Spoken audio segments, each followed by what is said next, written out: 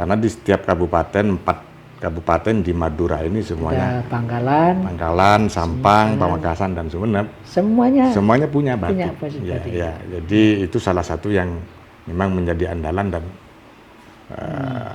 sekarang batik Madura lah pada umumnya sudah hampir dikenal di mana-mana. Go internasional Bang Ya. ya. Yang menjadi kendala utama saya pikir terkait dengan permodalan itu tadi, yang kedua sumber daya manusia. Kalau hal-hal lain, fasilitas yang diberikan oleh pemerintah, regulasi dan seterusnya, saya pikir sudah cukup. Tinggal itu saja dimaksimalkan.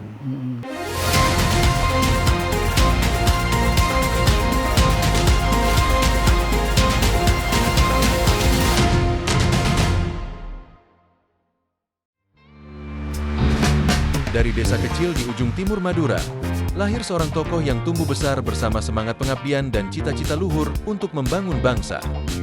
Haji Alyadi, SIP adalah putra daerah dari desa Potoan Laop yang menapaki perjalanan hidupnya dari jalur pendidikan hingga ke panggung politik nasional. Perjalanan pendidikannya dimulai di SDN Potoan Laop II, dilanjutkan ke SMP dan SMA Al-Miftah Panyepen Pamekasan, hingga akhirnya menempuh pendidikan tinggi di Universitas Darul Ulum Jombang, jurusan Ilmu Politik. Dalam dunia organisasi, Haji Alyadi telah menunjukkan dedikasi sejak muda. Ia memulai kiprahnya sebagai pengurus ranting PKB Desa Karanganyar, kemudian menapaki jenjang struktural partai hingga menjadi pengurus anak cabang PKB Kecamatan Ketapang, sekretaris DPC PKB Sampang, wakil ketua DPC PKB Sampang, dan kini dipercaya sebagai wakil sekretaris DPW PKB Jawa Timur. Kepercayaan masyarakat terus mengalir, terbukti dari karir politiknya yang konsisten dan berprestasi. Sebagai anggota DPRD Kabupaten Sampang periode 2009-2014, kemudian melangkah ke tingkat provinsi sebagai anggota DPRD Jawa Timur periode 2014-2019. Dan kini menjabat sebagai Ketua Komisi B DPRD Jawa Timur sejak 2019, sebuah posisi strategis dalam mengawal sektor perekonomian, pertanian, dan UMKM di Jawa Timur. Dengan pengalaman panjang, dedikasi tanpa henti, dan komitmen terhadap nilai-nilai keadilan sosial, Haji Alyadi, SIP terus berjuang demi kesejahteraan rakyat, menjadi jembatan aspirasi, dan menyalakan harapan bagi masa depan Madura dan Jawa Timur yang lebih baik. Haji Alyadi, SIP, mengabdi dengan hati, memimpin dengan integritas.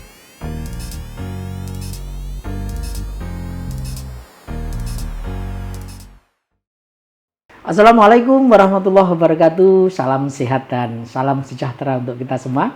Kembali dalam acara Gebrakan Wakil Rakyat bersama saya, Tri Mulyono, pemimpin redaksi Tribun Jatim Network.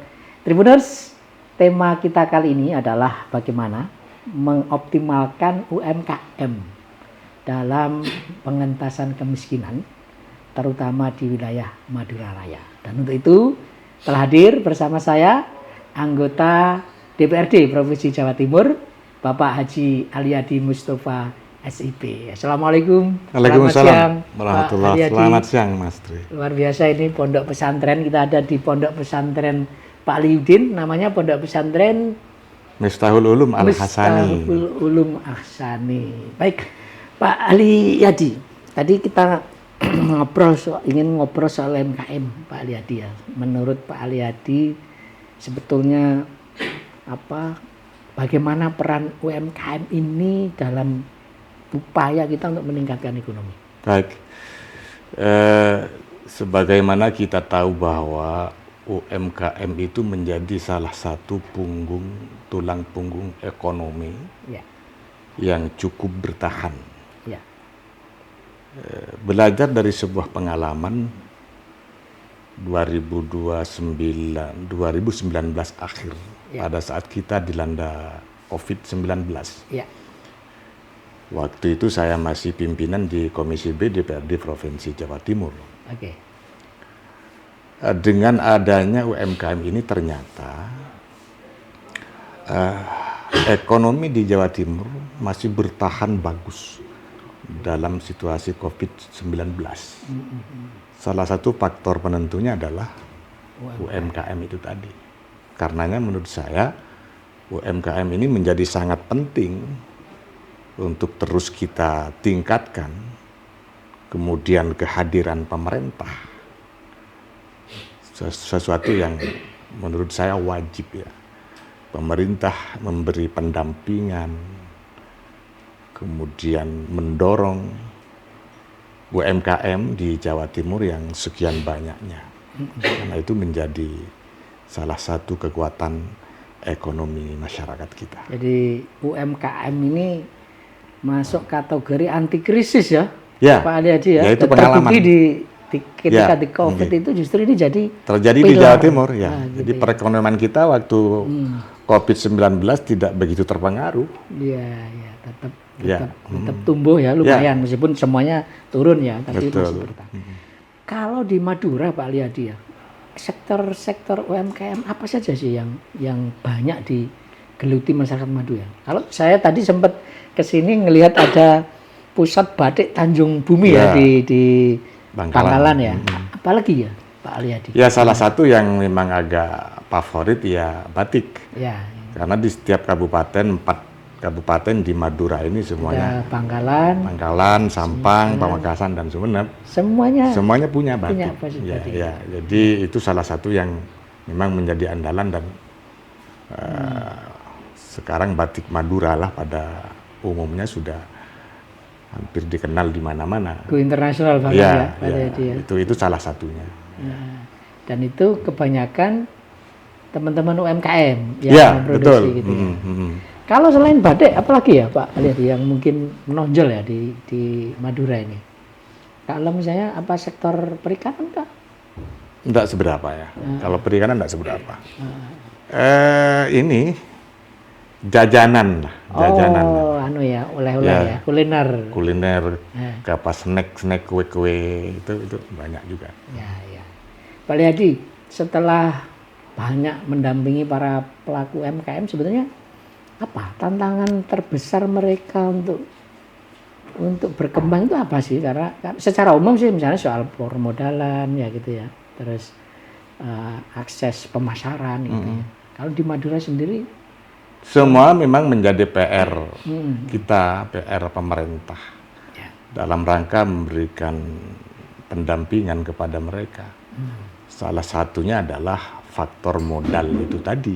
ya, itu yang terpenting ya Pak. Penting. Jadi rata-rata di UMKM itu karena keterbatasan modal. Dan ini yang harus menjadi solusi pemerintah Provinsi Jawa Timur dalam hal ini. Bagaimana pemerintah hadir dalam rangka bisa memberikan bantuan modal. Itu salah satunya. Kemudian ada juga faktor sumber daya manusianya. Oke. Sehingga belum bisa maksimal bersaing secara bagus dengan UMKM lain di luar Madura khususnya. Karena keterbatasan SDM itu tadi. Jadi apa marketingnya gitu ya, gitu ya. Marketing, manajemen, cara pemasaran ya, dan seterusnya. Itu jadi PR. Iya, itulah yang harusnya kita dampingi mereka. Gitu. Kalau soal pendanaan ini tadi Pak Aliyadi, sebetulnya pemerintah pusat kan sudah banyak program juga ya, ada KUR ya, kredit untuk KUR gitu ya, itu kan kalau di Madura sendiri gimana? Apakah itu juga banyak terserap oleh para pelaku? Ada sama. Jadi Pemprov Jatim juga banyak sudah memberikan bantuan berupa KUR itu tadi. Banyak, tetapi ya belum merata. Hanya ada sebagian saja yang sudah mendapatkan itu. Padahal kebutuhan dari UMKM sekian banyak, mestinya kan harus kita perhatikan semua. Jadi tidak hanya 1-2 yang mendapatkan bantuan modal. Sudah dilakukan itu oleh Pemprov Jatim. Oke. Dan barangkali juga misalnya karena ini harus pengajuan ke bank, mereka itu kan ada syarat-syarat ya Pak, harus punya izin usaha. Itu ya mungkin terkait yang tadi disampaikan Pak Aliyadi soal bagaimana manajemen tata kelola yang baik itu gitu ya. Saya pikir kalau soal itu tidak terlalu sulit ya, karena setahu saya Dinas Koperasi dan UMKM Provinsi Jawa Timur itu selalu membuka diri untuk bisa membantu kepada masyarakat. terkait juga dengan bantuan modal, kemudian pemasaran dan seterusnya. Jadi tinggal masyarakat Jatim datang saja ke sana. Oke. Jadi sebetulnya ini Tribuners harus paham bahwa pemerintah sebenarnya sudah punya mekanismenya ya, sudah punya apa caranya, bagaimana akses modal gitu ya. Tinggal bagaimana teman-teman di UMKM ini juga menjemput bola juga gitu ya. Jangan hanya menunggu gitu ya. Tapi kendala yang lain memang terkait SDM itu Pak Aliyadi ya, gitu. Kita tahu ya memang ini masyarakat di Madura mungkin jauh dari Surabaya gitu ya. Tapi mungkin selama ini sudah ada upaya-upaya yang jemput bola ke sini juga. Sudah. Barangkali ada pelatihan di sini. Sudah. Gitu ya. Ya, setahu saya di Dinas Koperasi dan UMKM Provinsi Jatim itu banyak sekali pelatihan, kemudian sosialisasi, pendampingan. Itu sudah lama sebenarnya dilakukan oleh Pemprov Jatim. Gitu ya. Sudah lama. Artinya apa? Itikat baik pemerintah itu sudah ada. Sudah ada. Tinggal bagaimana nanti ini dikolaborasikan lebih baik gitu. Pak Aliyadi, kita tahu lah ya, masyarakat Madura itu kan dikenal sebagai petarung gitu ya kata orang. Jadi daya juangnya itu luar biasa gitu ya. Misalnya di banyak kota-kota besar sekarang itu bermunculan warung Madura gitu ya. Artinya sebenarnya secara nature-nya orang Madura itu SDM-nya keren loh gitu ya. Tinggal bagaimana itu didorong kemudian diajak kolaborasi. Nah, mungkin ada kendala apa sih Pak Aliyadi kalau masyarakat Madura ketika ada hal baru diajak pelatihan, itu kira-kira sebenarnya apa yang kita harus lakukan pendekatan kita kepada mereka itu? Tidak ada kendala sebenarnya, tidak ada kendala. Ya. Artinya selama pemerintah memberikan ruang seluas-luasnya untuk para pelaku UMKM, mereka akan ngikut saja. Apalagi kita bantu misalnya modalnya, infrastrukturnya, kemudian bagaimana pemerintah juga bisa mendampingi mereka, pemasarannya. Tidak terlalu sulit saya pikir itu. Iya.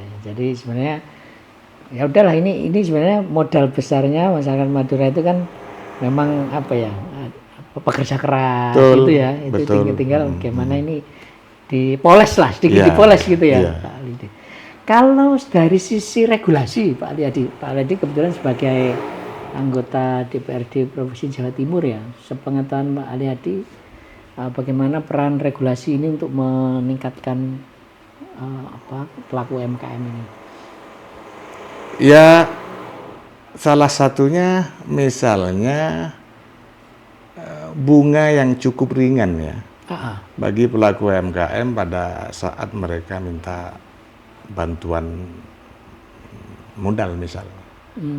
Itu setahu saya Pergub direvisi sedemikian rupa untuk meringankan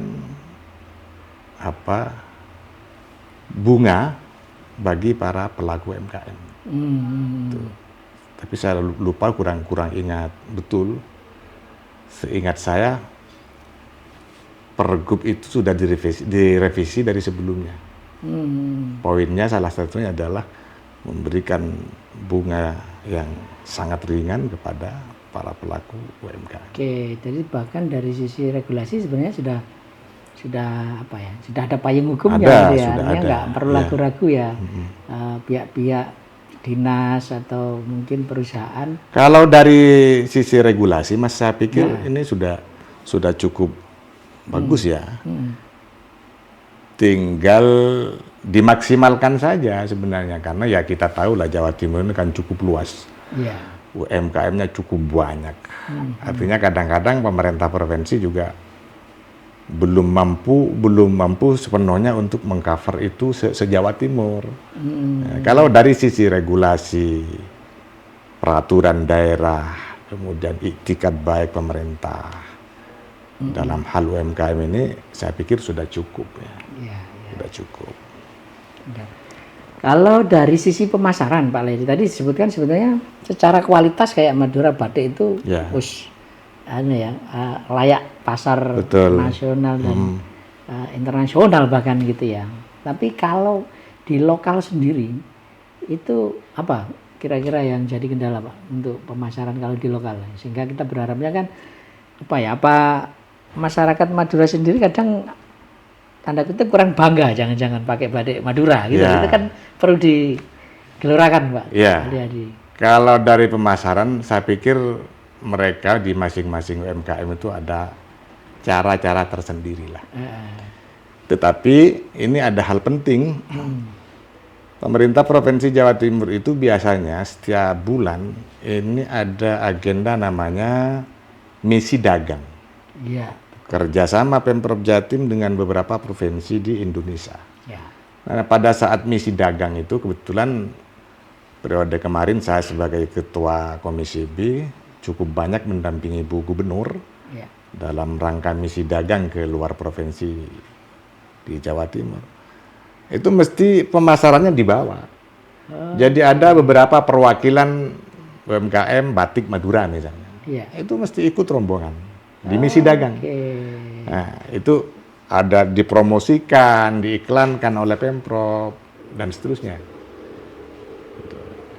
Jadi kalau dari sisi pemasaran, pemerintah Provinsi Jawa Timur juga ikut ambil bagian mempromosikan UMKM yang ada di Jawa Timur. Termasuk di Madura Termasuk ya. di Madura. Jadi ketika Bukop ya saya tahu Bukop bahkan misi dagangnya tidak hanya di dalam negeri kan ya, Ya. Pak? Bahkan ke Ada Dubai, beberapa di luar negeri, di luar ya. negeri. Itu beberapa juga mengajak Salah satu iya, misinya yaitu ya. memperkenalkan, mempromosikan produk-produk Jawa Timur yang lumayan bagus dan unggul. Satu contoh batik misalnya di Madura. Itu pasti selalu disampaikan kepada masyarakat umum. Ya, ya. Terutama kepada provinsi tujuan. Misalnya kita misi dagang dengan provinsi Bali, provinsi Nusa Tenggara Barat misalnya. Di forum itu Ya, ya. pemerintah Provinsi Jawa Timur, Bu Gubernur beserta timnya menyampaikan. Gitu. Kalau Bukop Viva sendiri sering Pak Aliadi ke Madura, ke Sampang beli batik itu pernah nggak? Atau pernah nggak ke pondok pesantren yang dikelola Pak Aliadi ini? Oh, datang pernah. Oh, pernah juga. Nah, Dan, jadi beliau datang ke sini silaturahmi, kemudian waktu itu di sini ada launching pembukaan majelis tikir. Oke. Jadi yang membuka itu Bu Khofifah. ya, itu harusnya batiknya juga para peserta harus pakai Madura harus ya Pak Aliadi. Iya, gitu iya, kan iya. harus konsisten seperti itu. Pak Aliadi, kalau apa ya? Permodalan tadi oke, pemasaran oke gitu ya. Tapi kadang gini Pak Aliadi, misalnya ada regulasi yang apa ya? Kalau kita mau ekspor, itu kan syarat-syaratnya beda kalau kita memasarkan di dalam negeri. Iya. Nah itu apa juga pelatihan-pelatihan yang sudah dijalankan oleh pemerintah provinsi yang didukung oleh DPRD juga masuk pernah ada juga itu? Ada Mas, ada. Jadi Pemprov Jatim ini ada beberapa kantor perwakilan dagang lah semacam itu. Iya. Baik dalam negeri maupun luar negeri. Iya. Saya pikir fasilitas itu sudah diberikan oleh pemerintah provinsi kepada pelaku UMKM yang memang punya produk unggulan, ya, punya potensi untuk ekspor lah. ya potensi ekspor, kualitas bagus sehingga layak sudah dijual di pasar internasional. Itu semua kuncinya ada di sini Mas, di Dinas Koperasi dan UMKM Provinsi Jawa Timur. Itu yang Semua sudah ada di situ, termasuk bagaimana cara kemudian yang bisa dilakukan oleh para pelaku UMKM untuk bisa dijual di luar negeri misalnya. Iya. Pak Aliadi, di beberapa daerah saya kira kita masih terkendala infrastruktur gitu ya untuk pemasaran, untuk akses ke. Nah ini pengalaman Pak Aliadi yang memang basicnya di daerah ya. Gimana agar faktor infrastruktur ini tidak menjadi kendala dalam peningkatan UMKM. Ya. Apalagi ini ada efisiensi anggaran segala macam. Iya. Apakah ini juga berdampak di wilayah Madura, Pak? Terkait infrastruktur ini. Berdampak. Yang mestinya dibangun tidak jadi dibangun.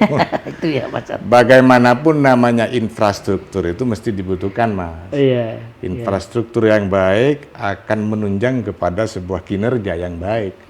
Jadi satu hal yang tidak bisa dipisahkan. Cuma memang ya kita akui lah ada kekurangan di sana sini. Infrastrukturnya tidak begitu memungkinkan sehingga berpengaruh kepada pergerakan UMKM itu sendiri. Tapi kan masyarakat Jawa Timur ini termasuk Madura ini sudah banyak yang cerdas sebenarnya. Terbiasa sulit. Terbiasa sulit. Jadi bagaimana caranya? Malah kreatif gitu. Kreatif. Jadi bagaimana caranya bisa nembus sana? Itu mereka sudah punya cara-cara sendiri. Dan saya kira di era digitalisasi ini saya kira kan infrastruktur ya akan terkurangi masalahnya. Karena kita kan bisa jual secara online lewat marketplace. Kalau di Madura sendiri itu juga jalan. Sama. Ya seiring dengan pesatnya perkembangan ini ya teknologi, bagaimanapun itu berdampak lah. Sehingga orang bisa jualan di mana-mana, termasuk Madura. Jadi jangan dikira tinggal kita di rumah ya di display gitu itu bisa beli. Sama saja, Mas, sama saja. Cuma itu tadi memang yang menjadi kendala utama saya pikir terkait dengan permodalan itu tadi. Yang kedua sumber daya manusia. Kalau hal-hal lain, fasilitas yang diberikan oleh pemerintah, regulasi dan seterusnya, saya pikir sudah cukup.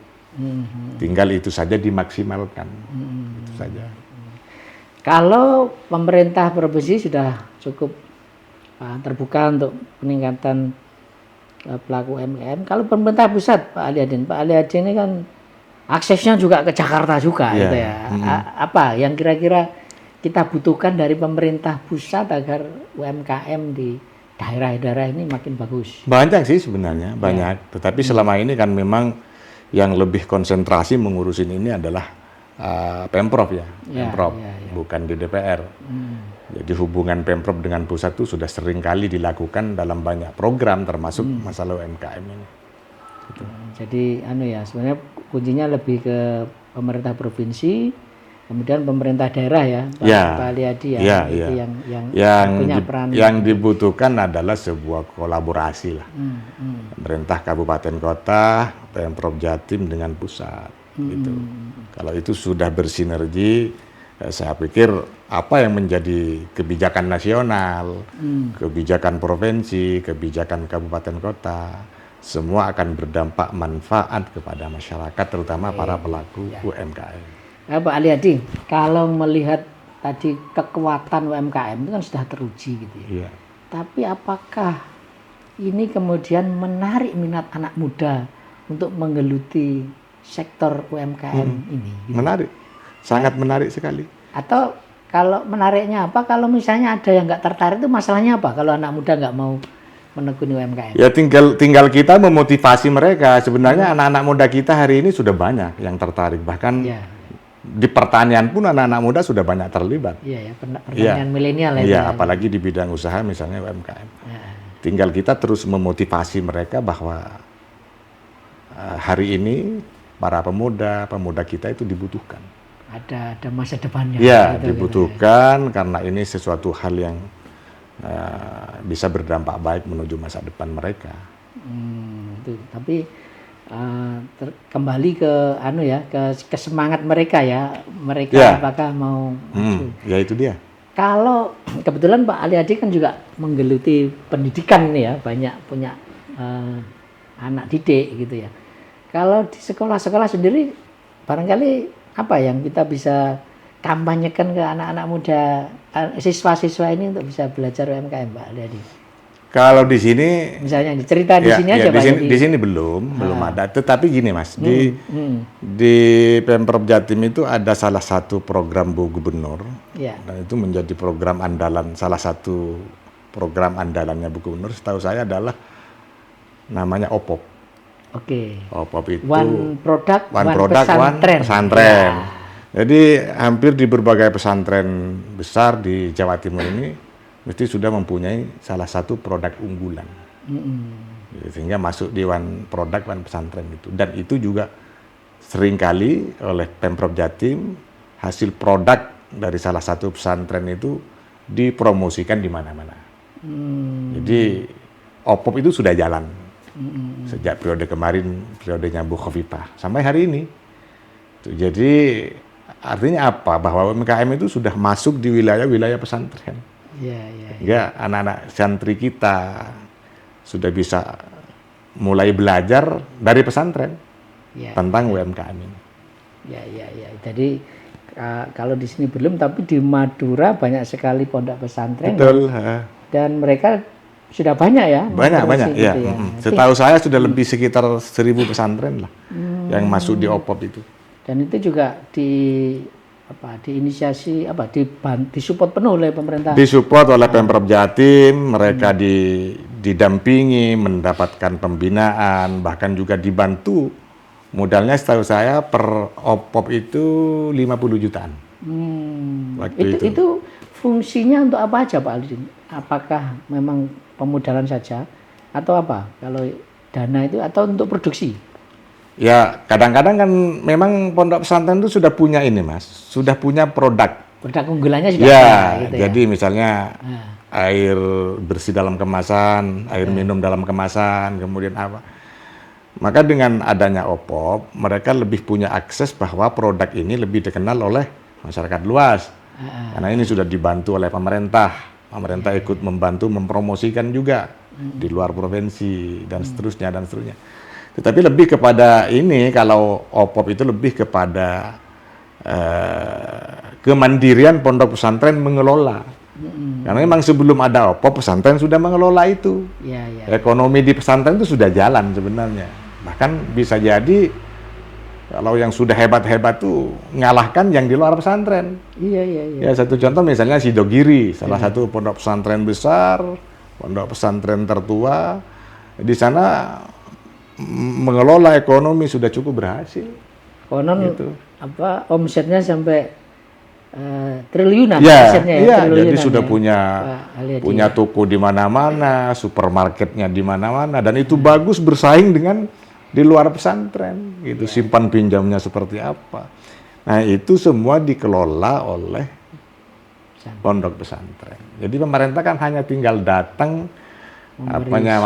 mensupport, kemudian memberikan pembinaan apa yang dibutuhkan oleh mereka.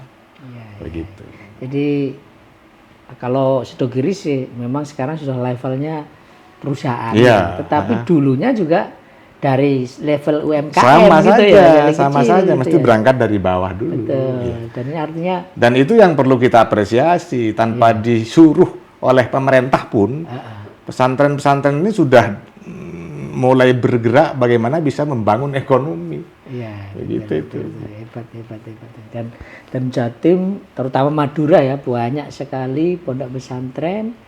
Dan saya kira ini bisa dikombinasikan ya, anak-anak didik belajar tentang ilmu agama, tentang ilmu umum, tapi juga bisa belajar berwirausaha itu. Betul, gitu ya, Pak betul. Aliyadi. Jadi pesantren hari ini sudah beda dengan pesantren dulu, Mas. Iya. Jadi sudah banyak kemajuan. Kalau dulu itu kan yang ada di dalam pikiran kita itu, kalau pesantren itu ya datang ngaji, baca kitab, sholat, dan seterusnya. Sekarang tidak seperti itu lagi. Tapi sudah banyak kemajuan. Mereka sudah bisa membangun ekonomi, kemudian sekolah-sekolah formal sampai di tingkat perguruan tinggi dan seterusnya, itu semua ada di pesantren. Iya. Tapi kalau tadi di awal Pak Aliyadi sudah menegaskan ya bahwa UMKM ini betul-betul jadi penyelamat ekonomi kita saat krisis gitu ya. Tapi apakah ini kemudian secara jangka panjang betulkah bisa mengurangi angka kemiskinan gitu ya di masyarakat Madura lah khususnya gitu, atau masih ada PR lagi untuk ke level itu Pak? Artinya kan pengennya kalau UMKM ini kan kayak menjadi sumber pendapatan baru yang lain gitu ya dari masyarakat itu. Iya, harapannya salah satunya adalah bagaimana bisa membantu kita, saudara-saudara kita yang masih di level kemiskinan itu tadi. Jadi dengan adanya usaha UMKM ini, paling tidak dia bisa menyerap tenaga kerja, anak-anak ngurangi angka pengangguran. Itu ya pasti ada dampak positifnya lah. Pasti. Kalau sepengetahuan Pak Aliyadi sendiri, apa tingkat kemiskinan di Madura, khususnya di Sampang ya, kebetulan Pak Aliyadi berdomisili di Sampang, dari tahun ke tahun ini gimana Pak? Apakah memang ada penurunan atau masih ada jadi hambatan utama kita? Ya, tetap menjadi salah satu hambatan. Ada penurunan, iya. Tetapi bagaimanapun kan pemerintah harus secara aktif melakukan inovasi-inovasi sehingga angka kemiskinan itu terus berkurang. Walaupun sebenarnya yang namanya miskin itu sampai kiamat pun ada. Pasti ada ya. Iya, pasti ada. Jadi tapi tetap harus menjadi tugas pemerintah. Ya. Saya kira kita ada di ujung obrolan Pak Aliyadi, tapi barangkali sebagai penutup Pak Aliyadi bisa menyampaikan pesan kepada masyarakat Madura, terutama bagaimana agar UMKM ini menjadi salah satu sektor yang menjadi masa depan ekonomi kita gitu ya. Dan mungkin Pak Aliyadi bisa menegaskan lagi apa peran pemerintah yang harus dilakukan agar UMKM ini bisa lebih optimal lagi. Ya, tentu saya sangat berharap kepada semua pelaku UMKM, tidak hanya di Madura, bahwa fasilitas yang diberikan selama ini oleh negara, oleh pemerintah dapat dimanfaatkan sebaik-baiknya. Jikapun misalnya ada kesulitan, maka tentu kami selalu membuka ruang untuk dapat mengadvokasi mereka. Sehingga membantu UMKM itu tidak hanya semata-mata membantu modalnya, tapi ada banyak cara yang bisa kita berikan melalui kebijakan-kebijakan pemerintah. Mana ada ditemukan sebuah kesulitan misalnya, ya tentu dipersilakan kepada masyarakat Jawa Timur untuk menyampaikan aspirasi itu kepada kami, khususnya yang ada di Komisi B DPRD Provinsi Jawa Timur. Ya, jadi itu Pak Aliyadi sudah membuka diri seluas-luasnya untuk membantu para pelaku UMKM, dan kita harapkan pelaku UMKM khususnya di Madura ini naik kelas gitu ya. Karena menurut data di Dinas Koperasi dan UMKM Provinsi Jawa Timur, pelaku UMKM di Madura itu cukup tinggi. 1 juta lebih pelaku UMKM di Pulau Madura, yang sebagian besar memang sudah disampaikan Pak Aliyadi yang sudah bagus, ada yang go internasional bahkan, tetapi masih banyak juga UMKM yang masih perlu sentuhan pemerintah. Betul. Agar naik kelas. Dan kita berharap obrolan ini menjadi inspirasi kita semua untuk para pelaku UMKM tetap bersemangat menggeluti usahanya, dan pemerintah akan siap membantu kapanpun agar pelaku UMKM ini bisa naik kelas. Demikian obrolan saya, Tri Mulyono, bersama Pak Aliyadi Mustafa, anggota DPRD Provinsi Jawa Timur, dalam podcast Gebrakan Wakil Rakyat bekerja sama dengan Sekretariat Dewan DPRD Provinsi Jawa Timur. Sampai ketemu dengan tokoh-tokoh selanjutnya. Saya Tri Mulyono, mohon pamit undur diri. Assalamualaikum warahmatullahi wabarakatuh. Salam sehat dan salam sejahtera untuk kita semua.